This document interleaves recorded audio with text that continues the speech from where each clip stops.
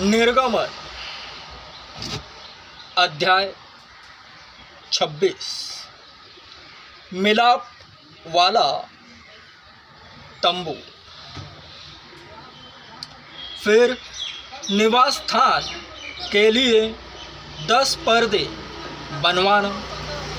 इनको बटी हुई सनी वाले और नीले, बैंगनी और लाल रंग के कपड़े का कढ़ाई के काम किए हुए करूबों के साथ बनवाना।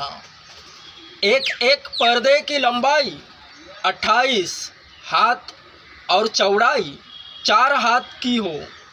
सब पर्दे एक ही नापे के हो। 5 पर्दे एक दूसरे से जुड़े हुए हो और फिर जो 5 पर्दे रहेंगे वे भी एक दूसरे से जुड़े हुए हो। और जहाँ ये दोनों पर्दे जोड़े जाएं, वहाँ के दोनों छोरों पर नीले नीले फंदे लगवाना। दोनों छोरों में 50-50 फंदे ऐसे लगवाना कि वे आमने सामने हो। और सोने के 50 अंकड़े बनवाना और पर्दों के पंचों को अंकड़ों के द्वारा एक दूसरे से ऐसा जुड़वाना कि निवास स्थान मिलकर एक हो जाए।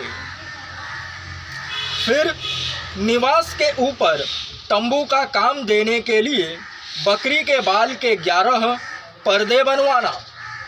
एक एक पर्दे की लंबाई 30 हाथ और चौड़ाई 4 हाथ की हो। 11 पर्दे एक ही नाप के हो और 5 पर्दे अलग और फिर 6 पर्दे अलग जुड़वाना।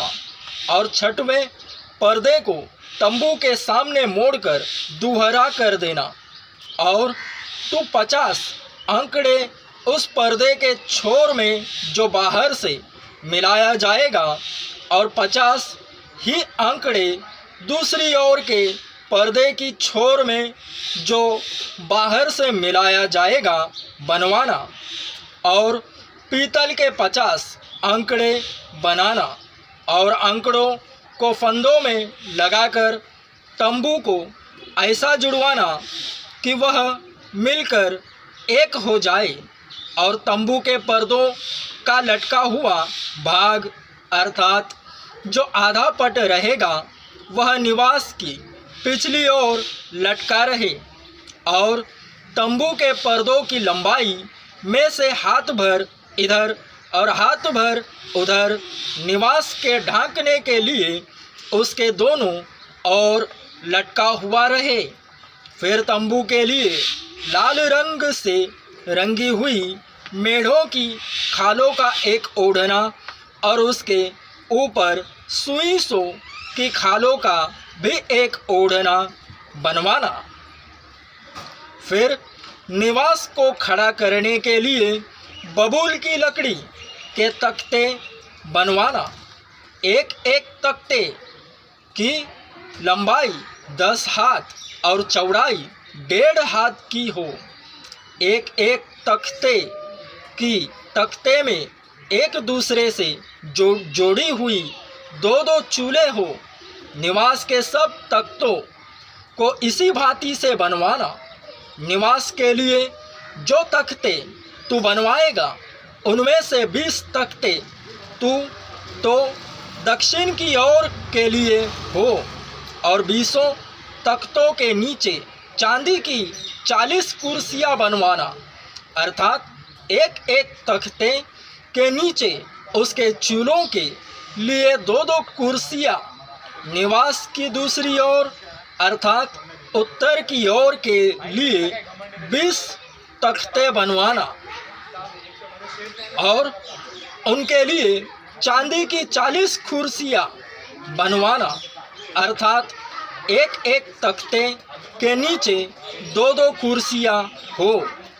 निवास की पिछली ओर अर्थात पश्चिम की ओर के लिए 6 तख्ते बनवाना और पिछले भाग में निवास के कोनों के लिए 2 तख्ते बनवाना। और ये नीचे से 2 भाग और ये नीचे से दो दो भाग के हो और दोनों भाग के ऊपर से सिरे तक एक एक कड़े में मिलाए जाए। दोनों तख्तों का यही रूप हो, ये दोनों कोनों के लिए हो और 8 तख्ते हो और उनकी चांदी की 16 कुर्सियां हो, अर्थात एक एक तख्त के लिए के नीचे 2-2 कुर्सियां हो।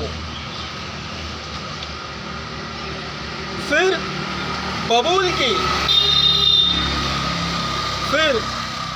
बबूल की लकड़ी के बेंडे बनवाना, अर्थात निवास के एक और के तख्तों के लिए 5 और निवास के दूसरी ओर के तख्तों के लिए 5 बेंडे और निवास का जो भाग पश्चिम की ओर पिछले भाग में होगा उसके लिए 5 बेंडे बनवाना। बीच वाला बेंडा जो तख्तों के मध्य में होगा वह तंबू के एक सिरे से दूसरे सिरे तक पहुँचे। फिर तख्तों का सोने से मढ़वाना, फिर तख्तों को सोने से मढ़वाना और उनके कड़े जो बेंडों के घरों का काम देंगे उन्हें भी सोने के बनवाना और बेंडों को भी सोने से मढ़वाना और निवास को इस रीति से खड़ा करना जैसा इस पर्वत पर तुझे दिखाया गया है। फिर नीले बैंगनी और लाल रंग के और बटी हुई सूक्ष्म सनी वाले कपड़े का एक बीच वाला पर्दा बनवाना। वह कढ़ाई के काम किए हुए करूबों के साथ बने और उसको सोने से मढ़े हुए बबूल के 4 खंभों पर लटकाना। इनकी अंकड़ियाँ सोने की हो और ये चांदी की 4 कुर्सियों पर खड़ी रहे और बीच वाले पर्दे को अंकड़ियों के नीचे लटकाकर उसकी आड़ में साक्षी पत्र का संदूक भीतर ले जाना।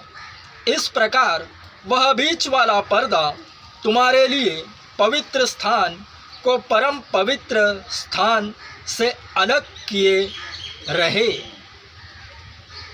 फिर परम पवित्र स्थान में साक्षी पात्र के संदूक के ऊपर प्रायश्चित से के ढकने को रखना और उस पर्दे के बाहर निवास के उत्तर की ओर मेज रखना और उसके दक्षिण की ओर मेज के सामने दीवट को रखना।